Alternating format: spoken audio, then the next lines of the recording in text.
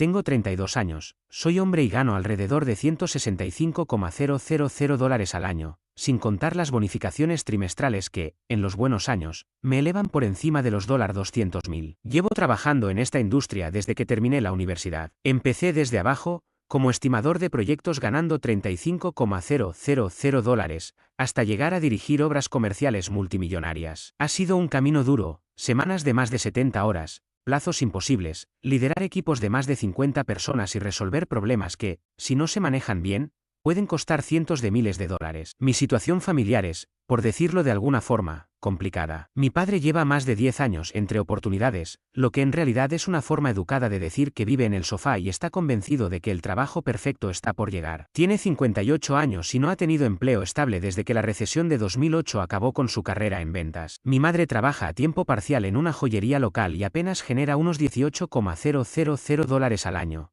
cuando se digna a ir regularmente. La tienda es de esas boutiques que venden accesorios absurdamente caros a señoras que creen que gastar $200 en una pulsera las vuelve sofisticadas. Mi hermana Natalia, de 29 años, está convencida de que será famosa en Instagram. Tiene 2,800 seguidores que la ven publicar fotos de tazas de café y bolsos falsificados que finge que son de diseñador. Nunca ha durado más de 8 meses en ningún empleo. Renunció a un puesto de recepcionista porque responder llamadas no era para ella. La despidieron de una tienda por llegar tarde constantemente, y abandonó su trabajo como anfitriona de restaurante porque un cliente fue grosero con ella. Cambia de pareja con frecuencia, casi siempre según la cantidad de dinero que tengan o el auto que conduzcan, y tiene la misma noción de finanzas que un niño suelto en una tienda de dulces con una tarjeta sin límite. Pero claro, es la niña de la casa, la princesa que, según mis padres, no puede hacer nada mal, así que no se le puede criticar ni pedir responsabilidad. Hace unos 6 años, cuando mi carrera empezó a despegar de verdad, cometí lo que ahora reconozco como un error monumental: ayudar económicamente a mi familia. Al principio parecía algo natural. Mi padre necesitaba arreglar la transmisión de su vieja camioneta. Eran $2,800 y lo pagué sin pensarlo. Las tarjetas de crédito de mi madre estaban al tope por sus compras compulsivas, así que le cubrí los $7,200 que debía. Natalia se había quedado sin dinero tras gastar su sueldo en ropa nueva y estaba por ser desalojada. Cubrí su renta atrasada de $1,650. En ese momento, me sentía increíble. Era el exitoso, el que ayudaba, el que rescataba a su familia. Mis padres se mostraban orgullosos de mis logros. Natalia, incluso, respondía a mis llamadas y me trataba con algo parecido al respeto. Por un breve tiempo, parecía que éramos una familia funcional. Pero aprendí algo fundamental que desearía haber sabido antes. Cuando ayudas continuamente a las personas, dejan de verlo como un acto de generosidad y empiezan a verlo como tu obligación. Lo que comenzó como asistencia en emergencias se convirtió en una red de seguridad permanente. Y sin darme cuenta, ya no estaba ayudando, estaba financiando el estilo de vida que ellos elegían. Lo que al principio eran gastos ocasionales se volvió una expectativa mensual. El vehículo de papá, por ejemplo, mágicamente necesitaba reparaciones costosas cada 3 meses. Mamá siempre tenía algún gasto inesperado, que coincidía con su deseo de redecorar o comprarse muebles nuevos. Natalia convirtió la manipulación financiera en una especie de arte escénico. Era todo un espectáculo. Me llamaba al trabajo llorando, diciendo que le faltaban 2 días para el vencimiento del alquiler, que no tenía dinero, que estaba por quedarse sin hogar, que era la última vez que pediría ayuda. Pintaba un drama de dormir en el coche, perderlo todo, tener que volver a vivir con nuestros padres en la humillación total. El nivel de manipulación emocional era quirúrgico. Y sin falta, 2 semanas después, aparecían sus historias en Instagram desde spas lujosos, restaurantes caros o escapadas de fin de semana con su novio del momento. La misma persona que estaba a punto de dormir en su coche subía fotos con cócteles de $15 y gafas de sol de diseñador, como si jamás hubiera tenido preocupaciones financieras. Pero el verdadero problema era el tío Ernesto, el hermano mayor de mi padre, quien se autonombró el experto financiero de la familia. Este hombre se creía una especie de Warren Buffett porque trabajó un tiempo en una oficina de impuestos allá por los años 90. Desde que el abuelo Fernando falleció hace 5 años, él ha sido el fideicomisario principal del patrimonio familiar, encargado de administrar unos $385,000 en inversiones, propiedades y activos construidos con el trabajo de toda una vida. Su filosofía de gestión consistía, al parecer, en tratar ese legado como su fondo de entretenimiento personal. Viajes de juego a Atlantic City, un bote de pesca que no podía pagar con su jubilación, múltiples negocios fallidos que necesitaban fondos temporales del patrimonio. Todo financiado con el dinero que debía resguardar para el futuro de la familia. Y lo peor era que ninguno de ellos parecía sentirse agradecido. No había disculpas ni reconocimiento por los sacrificios que hacía, solo exigencias, como si yo fuera un cajero automático de alta gama que entregaba dinero cuando se introducía la combinación emocional correcta. Mi papel, al parecer, era resolver todos sus líos financieros mientras ellos seguían tomando decisiones irresponsables. Recuerdo perfectamente el momento en que comprendí hasta qué punto me había dejado atrapar. Fue en la cena de Acción de Gracias del año pasado. Me gasté casi $3,500 para organizarla en un restaurante elegante, todo porque mamá quería crear recuerdos memorables. Ahí estaba yo, viendo a Natalia fotografiar cada plato para subirlo a Instagram, incluida la botella de vino de $180 que yo pagué. Papá se quejaba de su camioneta, la misma que yo ayudé a financiar. Mamá hablaba de un viaje a México que, sabía, acabaría siendo mi responsabilidad. Y entonces, Natalia me miró directamente, con una expresión indiferente, y soltó: Samuel, tienes mucha suerte de no tener problemas reales. Debe ser maravilloso ganar tanto dinero en construcción y no tener que preocuparte por nada. ¿Suerte? Como si mi éxito hubiera caído del cielo. Como si no hubiese pasado 15 años trabajando jornadas agotadoras,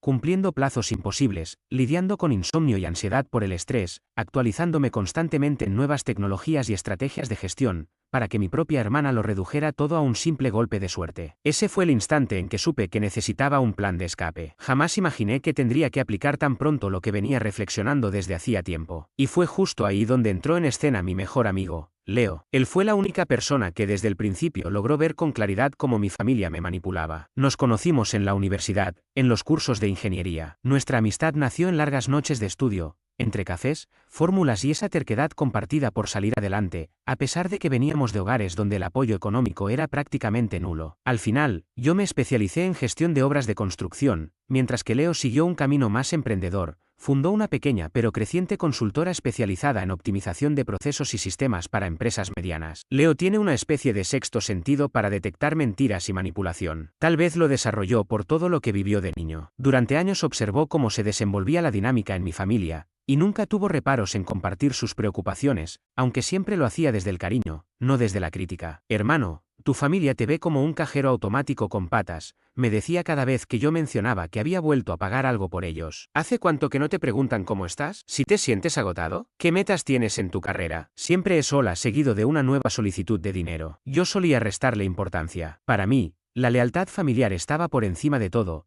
y creía firmemente que apoyarlos era lo correcto. Pero Leo llevaba un registro detallado de todo. Literalmente, había anotado cada vez que mencioné haberles dado dinero. Y un día, sin previo aviso, me mostró los resultados en una hoja de cálculo con exactitud milimétrica, más de $78,000 entregados en solo 3 años. 78.000. Piénsalo un segundo, más de lo que mucha gente gana en todo un año. Y yo simplemente se los había transferido a personas que no solo no lo agradecían, sino que actuaban como si fuera mi obligación natural. Te están exprimiendo, me advirtió Leo durante nuestra última charla seria sobre el tema. Y lo peor es que ni siquiera te respetan. Ya no eres su hijo ni su hermano. Eres su patrocinador, el salvavidas económico. Te han reducido a una billetera con voz. Leo tiene una franqueza brutal, que aunque duele, es tremendamente útil. También tiene una capacidad para resolver problemas de forma creativa que terminaría siendo clave en todo lo que ocurrió después. Él sí había crecido en la pobreza real, no como el mal momento temporal que mi padre, Raúl, solía mencionar, sino en la miseria de verdad. Madre soltera,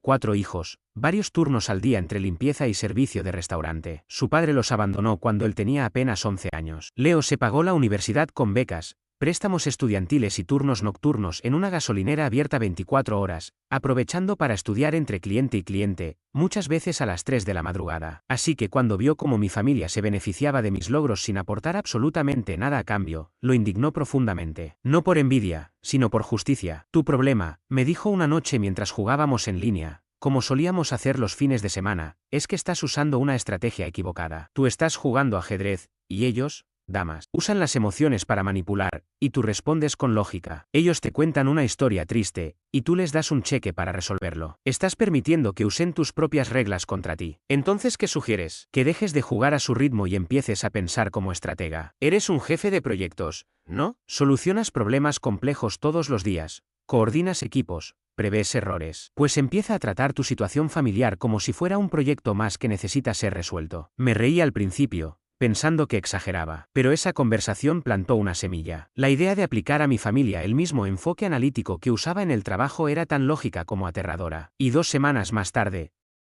todo se derrumbó por un simple mensaje de texto. Un mensaje que cambiaría el rumbo de mi vida. Fue el 22 de marzo, a las 4:12 de la tarde. Lo recuerdo con exactitud porque en ese momento revisaba unos planos arquitectónicos para un proyecto comercial importante. Y de pronto, mi teléfono vibró con una notificación grupal que, sin saberlo, cerraría para siempre mi vínculo con ellos. El mensaje venía del teléfono de mi madre, Claudia. Hemos hablado entre todos y creemos que es momento de que tomes distancia del manejo financiero familiar. Podemos encargarnos nosotros. Por favor, no nos contactes por un tiempo. Necesitamos espacio para resolver las cosas sin interferencias externas. Me quedé mirando esa pantalla sin saber cómo reaccionar. Lo leí una y otra vez, esperando que fuera un error o que tal vez se lo hubiera mandado por equivocación a la persona equivocada. Pero unos minutos después, Natalia respondió con una cadena de emojis celebratorios. Y mi padre, Raúl, le dio me gusta al mensaje como si acabaran de anunciar algo maravilloso. Me habían despedido. Así, sin más. Como si ser su hijo y su hermano fuera un trabajo del cual se me podía echar. Y yo sabía exactamente qué lo había provocado. 3 semanas antes, había solicitado a tío Ernesto, quien tenía a su cargo la administración de los fondos del patrimonio familiar, un desglose claro de ciertos retiros sospechosos que había notado en el último informe trimestral. No acusé a nadie ni hice escándalo. Solo pedí claridad.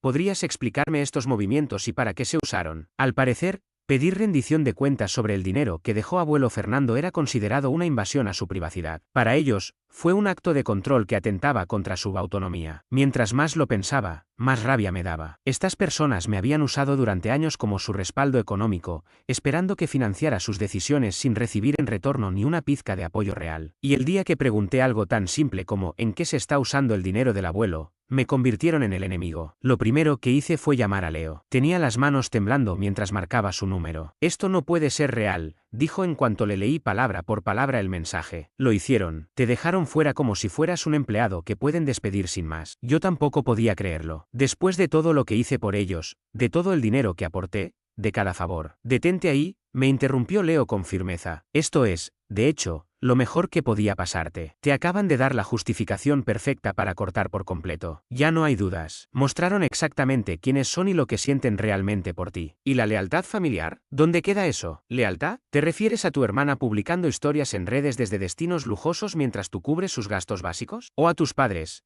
que llevan años sin mostrar verdadero interés por ti ni agradecer nada de lo que haces? ¿O al tío que lleva tiempo desviando dinero del patrimonio de tu abuelo y aún tiene la cara de llamarte controlador por hacer preguntas? Esa última frase me golpeó como un puñetazo en el estómago. ¿Qué estás diciendo, Samuel? Tú me dijiste que había comprado un bote con dinero del patrimonio. Y eso no es un simple error financiero. Es robo. Robo directo de la herencia de un hombre ya fallecido. Entonces, ¿qué propones que hagamos? No vas a enfrentarte a esto solo. He visto cómo te exprimen durante años, y estaba esperando el momento oportuno para ayudarte a enfrentar a estas sanguijuelas. Pues bien, ya nos han entregado esa oportunidad en bandeja. La energía de Leo era contagiosa, pero en el fondo aún dudaba si realmente debía escalar esto o simplemente alejarme. Tal vez sería mejor dejarlo pasar, irme en silencio. Escúchame bien, dijo con tono grave. Estas personas se han aprovechado de tu esfuerzo y tu generosidad por años, y en cuanto pediste algo tan básico como rendición de cuentas, te descartaron sin dudarlo. No merecen más tu consideración ni tu protección. Lo que merecen son consecuencias. Y lo peor era que tenía razón. Llevaba 3 años siendo su cajero automático, y apenas pedí algo de transparencia sobre el destino del dinero, pasé a ser el enemigo al que había que excluir. Está bien, dije, sintiendo un cambio profundo en mi interior. ¿Qué hacemos primero? Evaluar el daño. ¿Todavía tienes acceso a sus cuentas y servicios? En ese momento, sonreí por primera vez desde que recibí ese mensaje. En su desesperación por sacarme de sus vidas, cometieron un error crucial, olvidaron desvincularme de sus finanzas. Esa misma noche, Leo apareció en mi apartamento. Llevaba su portátil, varias bebidas energéticas y una determinación propia de una operación militar. Nombró el plan como auditoría familiar,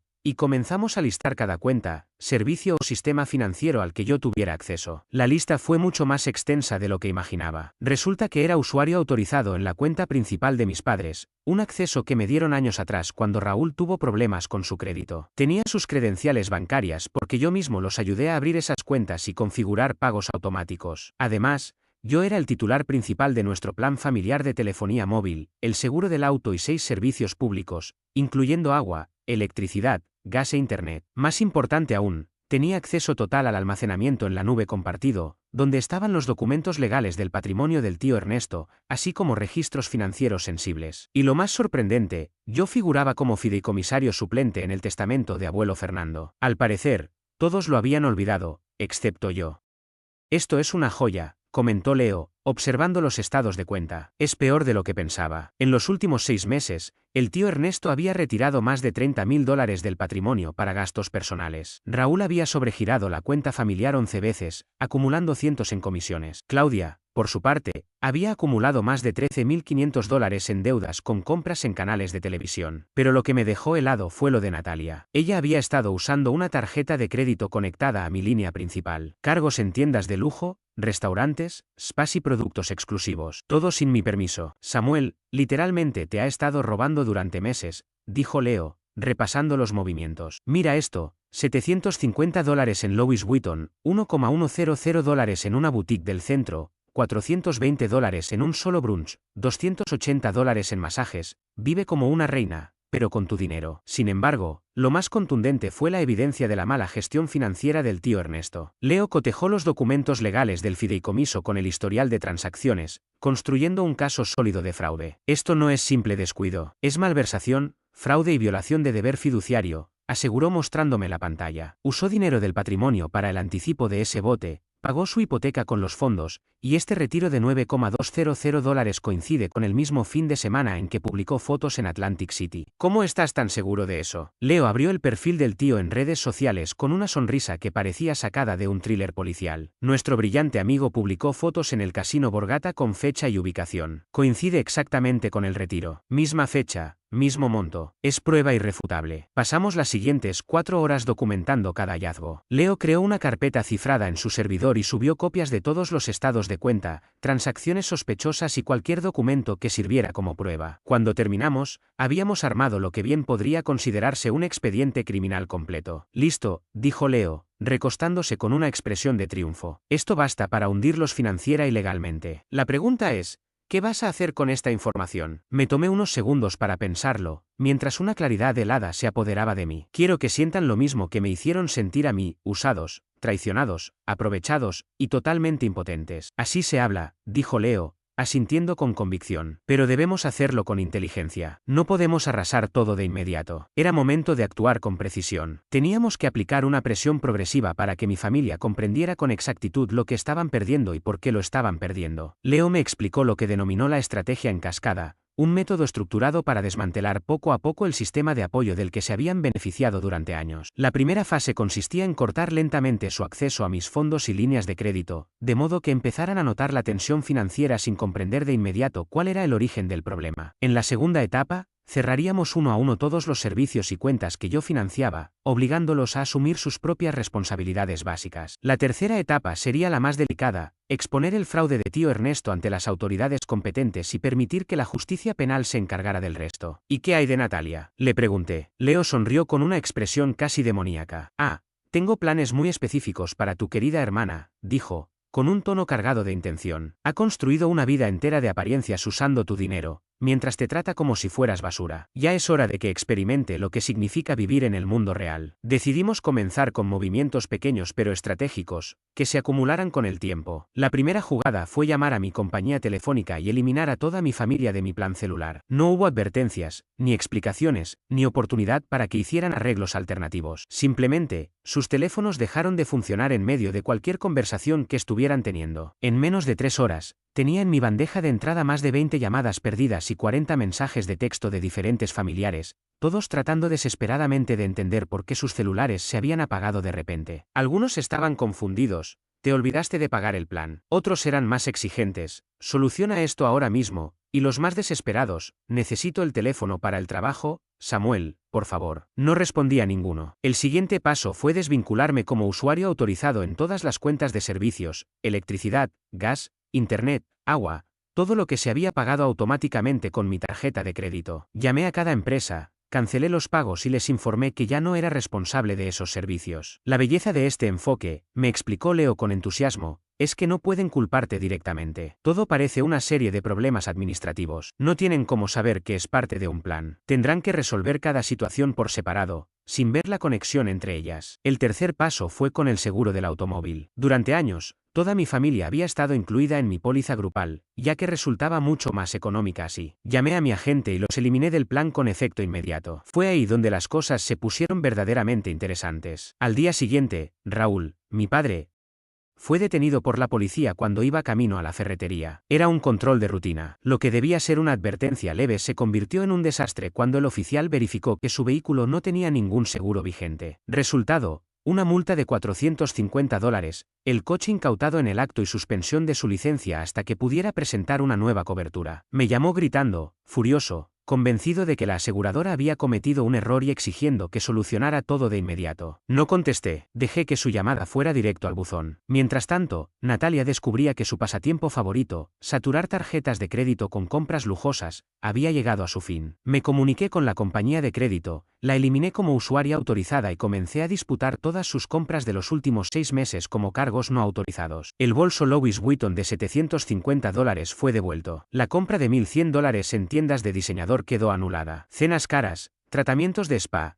y un sinfín de lujos desaparecieron de un plumazo, devueltos por los mismos comercios que habían procesado las compras. Pero lo mejor fue lo que Leo hizo con su presencia en redes sociales. Natalia había construido toda una imagen pública basada en una vida de lujos y éxito. Publicaba constantemente ropa de marca, cenas exclusivas, viajes costosos, todo perfectamente editado para parecer que llevaba una vida aspiracional. Pero cada uno de esos elementos había sido financiado con mi dinero. Ahora que había cortado esa fuente, no podía mantener la fachada. Leo, que es un estratega nato, había estado recopilando capturas de pantalla de sus publicaciones durante meses, armando un archivo detallado de su vida falsa. Cuando ella empezó a publicar contenido en tono de víctima, hablando de gente envidiosa que quiere destruirla, él activó varias cuentas anónimas y comenzó a comentar en sus publicaciones con pruebas visuales. ¿No es ese el mismo bolso Louis Vuitton que devolviste la semana pasada, acompañado de una imagen de ella en el mostrador de atención al cliente? Amando ese estilo de vida de diseñadores. Por cierto, ¿cómo va el puntaje de crédito de tu hermano? Ojalá yo también tuviera un hermano que pagara mis masajes. Todo con capturas de los cargos disputados. Era un espectáculo digno de ver. En cuestión de días, la sección de comentarios de sus publicaciones se convirtió en una zona de guerra, y sus seguidores comenzaron a preguntarse si algo de lo que mostraba era real. En 2 semanas, había perdido el 45% de sus seguidores. Y eso era solo el principio. Mientras el caos financiero se apoderaba de su rutina diaria, Leo y yo estábamos preparando el golpe final: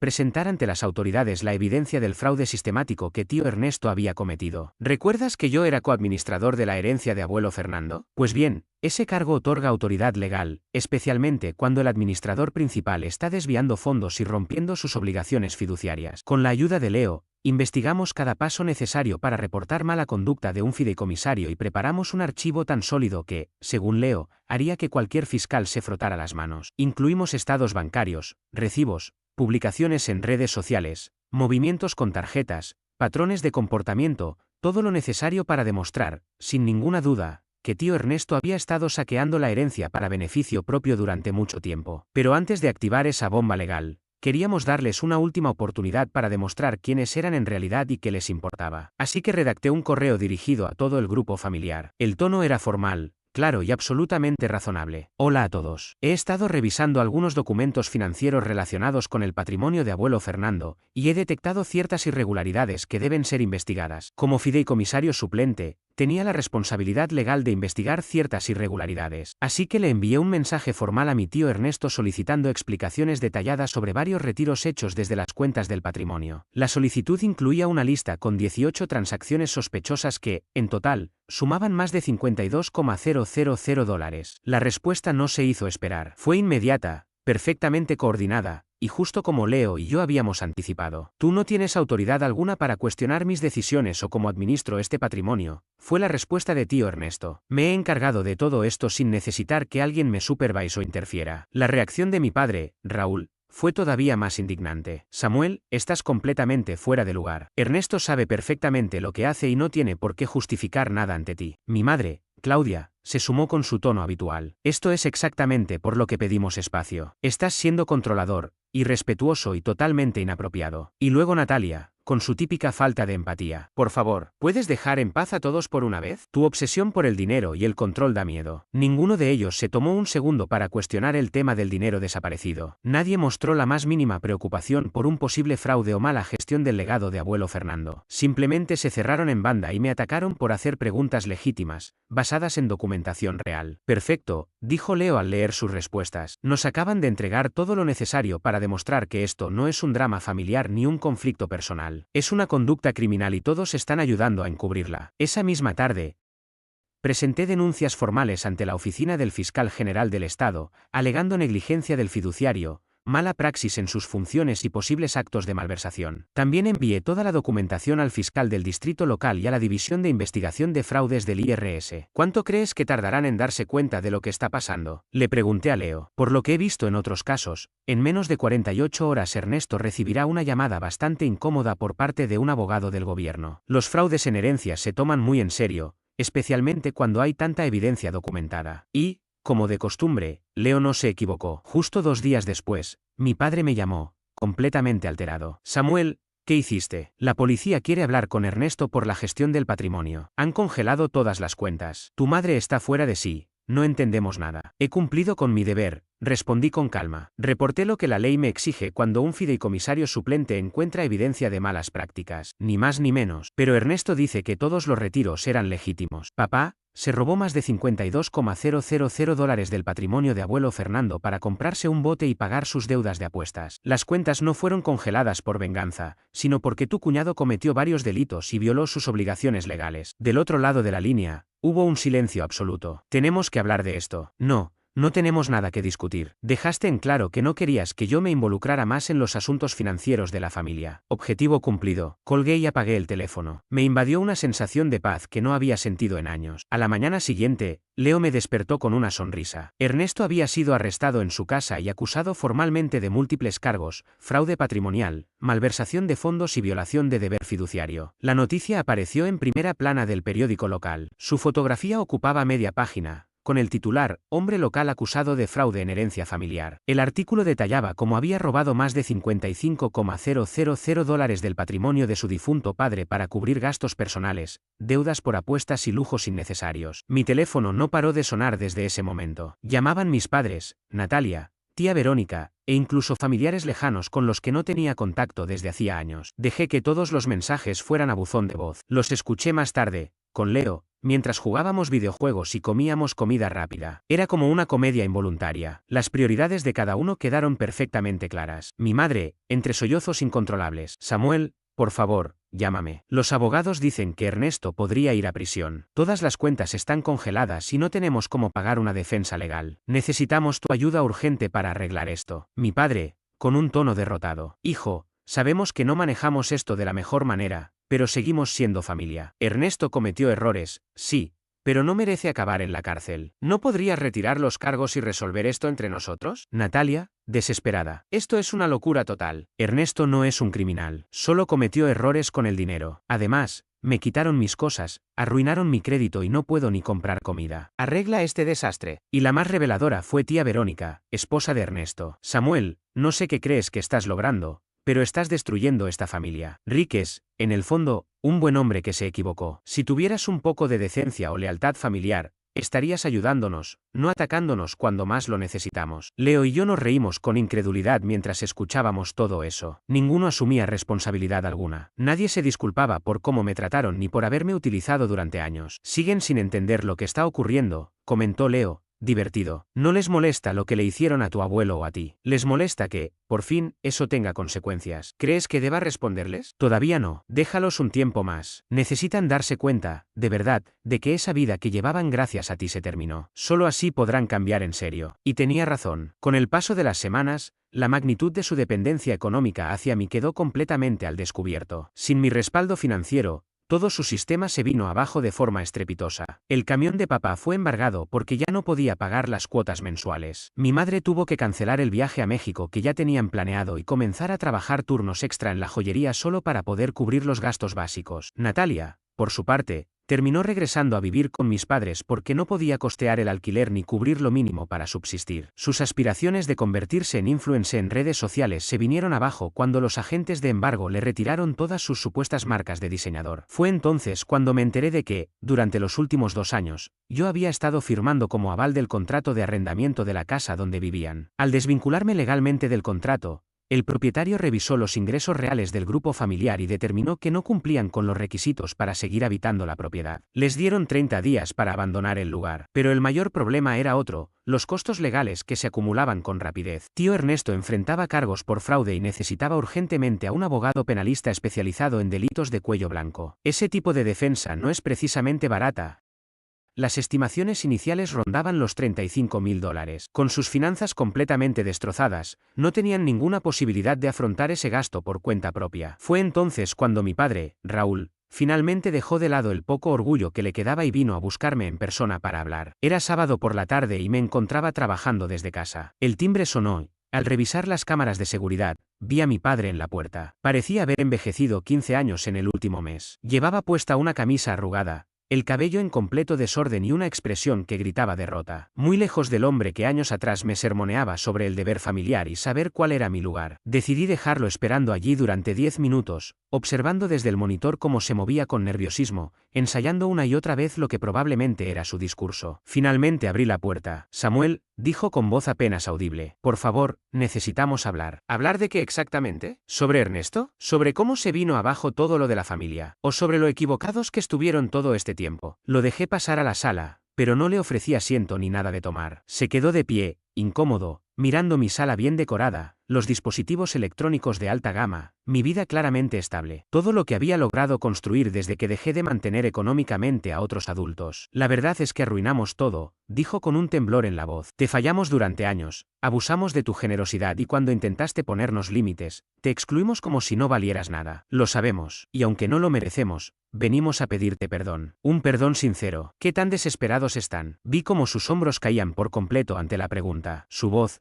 cargada de angustia, fue clara. «Vamos a perder la casa en menos de 2 semanas. Ernesto enfrentará entre 5 y 10 años de prisión si no conseguimos una defensa adecuada. Claudia está exhausta física y emocionalmente de trabajar dobles turnos. Y Natalia, bueno, ahora está considerando mudarse a Las Vegas para trabajar como camarera de bar porque no ve otra salida, con su historial de crédito destruido». Tuve que contener una carcajada. Natalia, que siempre se creyó demasiado refinada para cualquier empleo común, ahora estaba a punto de conocer lo que es ganarse la vida sin depender del dinero familiar. «Todo eso suena como problemas que no me corresponden», respondí sin rodeos. «Tienes toda la razón. No te corresponde», asintió Raúl. «Pero aún así, esperábamos que consideraras ayudarnos, a pesar de todo». «¿Y por qué haría eso?». Me sostuvo la mirada por primera vez desde que llegó. «Porque eres mejor persona que todos nosotros. Porque, incluso después de todo lo que te hicimos, sigues siendo el único con los recursos y la integridad para ayudarnos a salir de esto». «¿Y qué es exactamente lo que esperan de mí?». «Ayuda para costear el abogado de Ernesto. Que nos orientes para encontrar una vivienda que sí podamos pagar. Y, si tienes algo de compasión,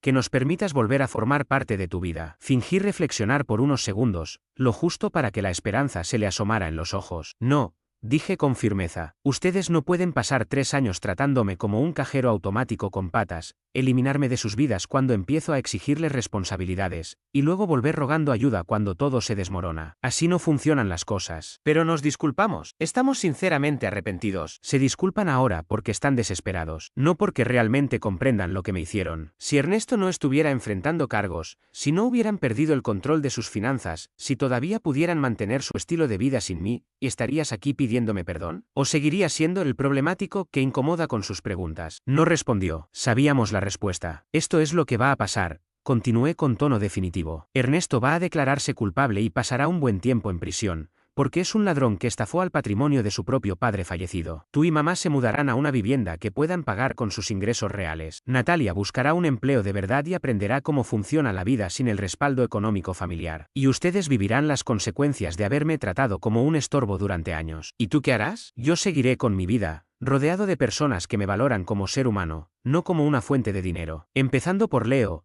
que ha sido más hermano para mí que cualquiera de ustedes». Justo en ese momento, como si lo hubiéramos ensayado, Leo entró a la casa con comida para nuestra sesión de videojuegos. «Vaya, qué sorpresa, señor Herrera», saludó Leo con sarcasmo evidente. ¿Cómo va el tema de la quiebra familiar? El rostro de mi padre se tornó rojo de vergüenza y rabia. No dijo nada, solo dio media vuelta y se fue, probablemente para no volver nunca más.